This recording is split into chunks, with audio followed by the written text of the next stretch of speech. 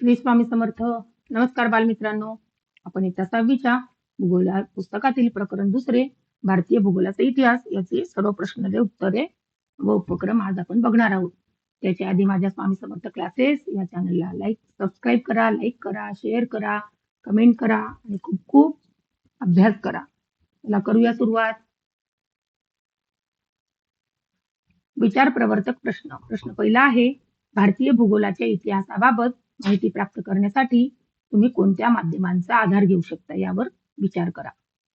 उत्तर, भारतीय भूगोलाच्या इतिहासाबाबत माहिती प्राप्त करण्यासाठी आपण प्राचीन ग्रंथ, तत्वज्ञान, पुराणे, वेद, उपनिषदे तसेच प्राचीन काळी भारताला भेट देणाऱ्या प्रवाशांच्या प्रवास वर्णनांच्या नोंदी आणि आधुनिक भौगोलिक अभ्यास या माध्यमांचा आधार घेऊ शकतो.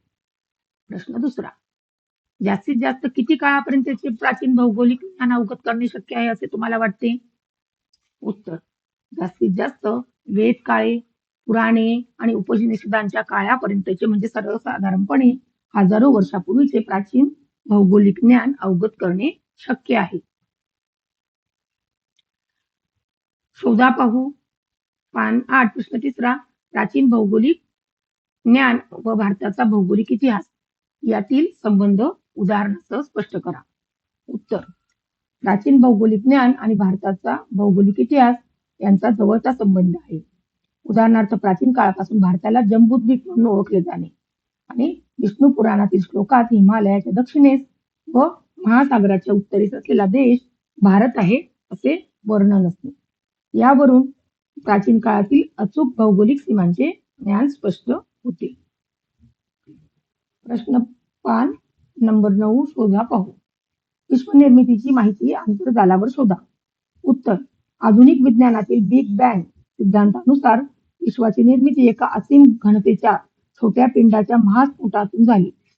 तर प्राचीन भारतीय साहित्यात वेदांमध्ये विश्वनिर्मितीच्या प्रक्रियेत वात, आकाश, सूर्य, चंद्र व खगोल तयार झाले असे मानले गेले आहे. पहा बरे जमते का? प्रश्न पहिला, दिनदर्शिकेचा वापर करून ख्रिस्ती ग्रेगरियन वर्षातील महिने लिहा. आता आपल्याला माहितीच आहे इंग्रजी महिने. ख्रिस्ती ग्रेगरियन वर्षातील वर्षातील महिने आहेत जानेवारी, फेब्रुवारी, मार्च, एप्रिल, मे, जून, जुलै, ऑगस्ट, सप्टेंबर, ऑक्टोबर, नोव्हेंबर आणि डिसेंबर हे आहेत.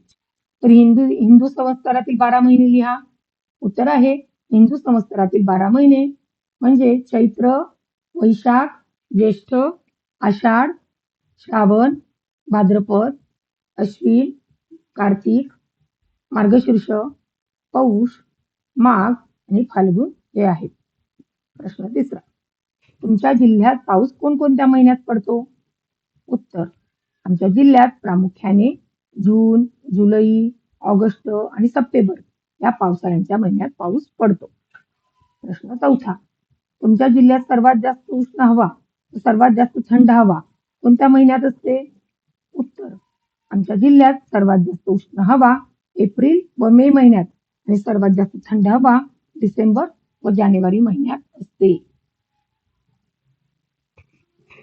आता प्रश्न आहे, दिनदर्शिकेचा वापर करून खालील तक्ता पूर्ण करा. पहिला सण दिले आहे. सण, महिना आणि भौगोलिक वैशिष्ट्ये दिले आहेत.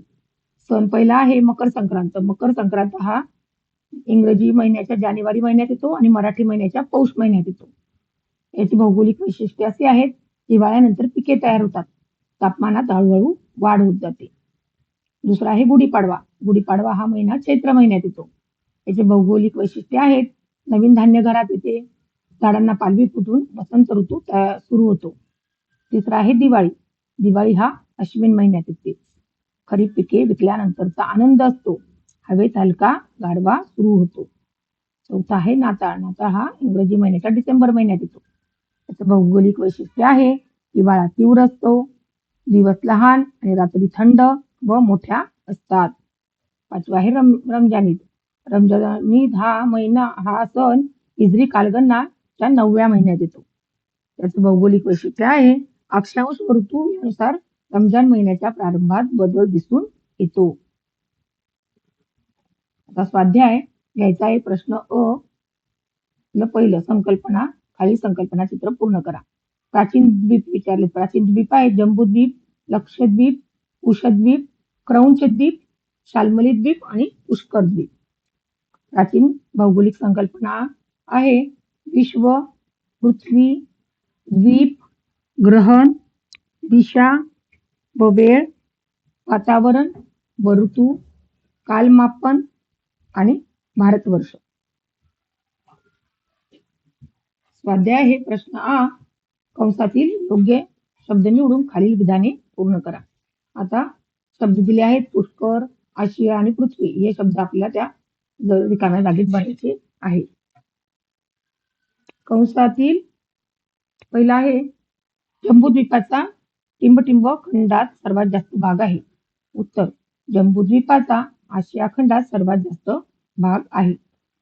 दुसरं कमळ पुष्पांनी युक्त सरोवराचा भाग म्हणजे पुष्कर. पुष्कर हे उत्तर आहे. पुष्कर द्वीप होय. ई गटातील वेगळा घटक ओळखा. पहिला आहे लक्षद्वीप, जम्बूद्वीप, कुशद्वीप आणि पुष्कर द्वीप. याच्यातला वेगळा घटक आहे लक्षद्वीप. दुसरा आहे चंद्र, तारे, नक्षत्र, चांद्रयान. याच्यातली योग्य घटक आहे चांद्रयान. स्वाध्याय प्रश्न ई ओळखा पाहू मी कोण. पहिला आहे जांभूळ वृक्ष विपुल असणारा भूभाग. याचं उत्तर आहे जम्बूद्वीप. दुसरा आहे मोठा पाणपक्षी किंवा क्रौंच पर्वताचा भूभाग. याचं उत्तर आहे क्रौंच द्वीप. पुढचा आहे कुश गवताचा भूभाग, कुश द्वीप. आणि पुढचा आहे पाण्याने पूर्णपणे वेढलेला भूभाग म्हणजे द्वीप. टिपा लिहा. प्रश्न आहे पुढचा, टिपा लिहा. पहिला आहे विश्व. उत्तर प्राचीन भारतीय विचारवंतांनी वसुधैव कुटुंबकम ही विश्वाची संकल्पना मांडली. वेदांमध्ये विश्व निर्मितीचे सखोल विवेचन असून वात, आकाश, सूर्य, चंद्र व खगोल तयार झाले असे मानले गेले आहे. पुराणांमध्ये विश्वाला ब्रह्मांड असे म्हटले असून त्यात सप्तमहाद्वीप व सप्तसागर यांची माहिती दिली आहे. दुसरा आहे पृथ्वी. उत्तर प्राचीन भारतीयांना पृथ्वी गोलाकार वक्राकार असल्याची कल्पना इसवी सन पूर्व 6व्या शतकातच होती. त्यांनी पृथ्वीचा व्यास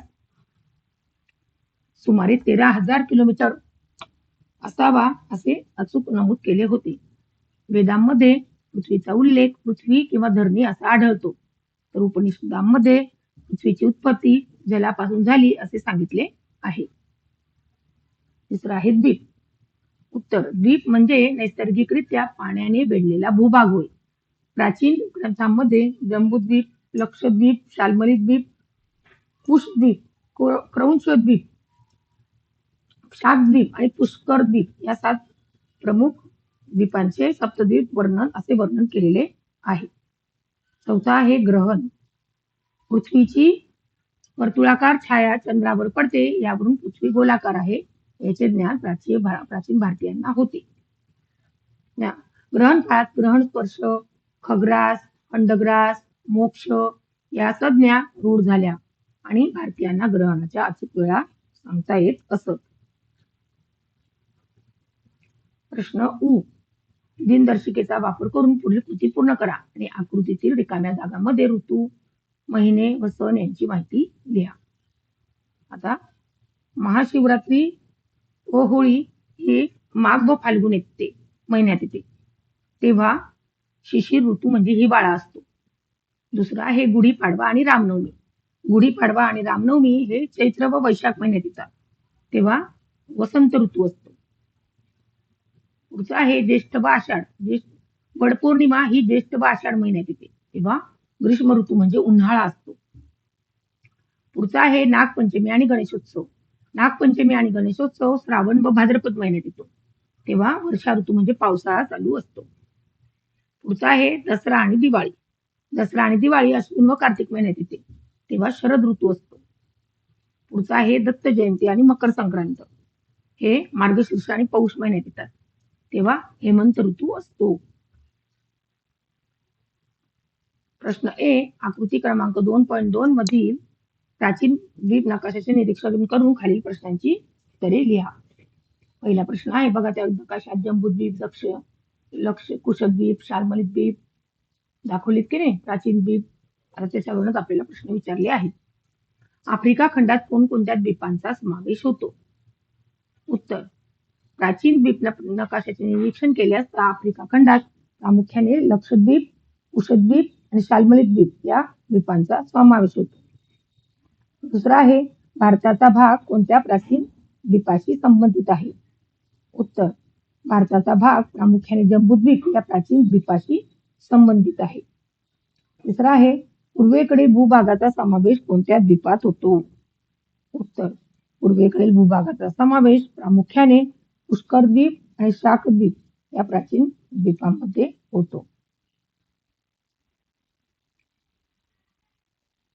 प्रश्न ऐ, अचूक पर्याय ओळखा. पहिला आहे, ग्रहणाच्या निरीक्षणातून प्राचीन भारतीयांना कोणती गोष्ट समजली? त्याचं योग्य पर्याय ड आहे. पृथ्वी आणि इतर खगोलीय वस्तूंची स्थिती त्यांना समजली. दुसरा आहे, दिशा ओळखण्यासाठी कोणती निरीक्षणे उपयोगी पडतात? त्याचं उत्तर आहे ब, सूर्योदय या ही उपयोगी पडतात. तिसरा आहे, जम्बूद्वीप म्हणजे काय? जम्बूद्वीप म्हणजे मोठा भूभाग होय. मोठा भूभाग हा त्याचा योग्य पर्याय आहे. कसा वाटला मुलांनो व्हिडिओ?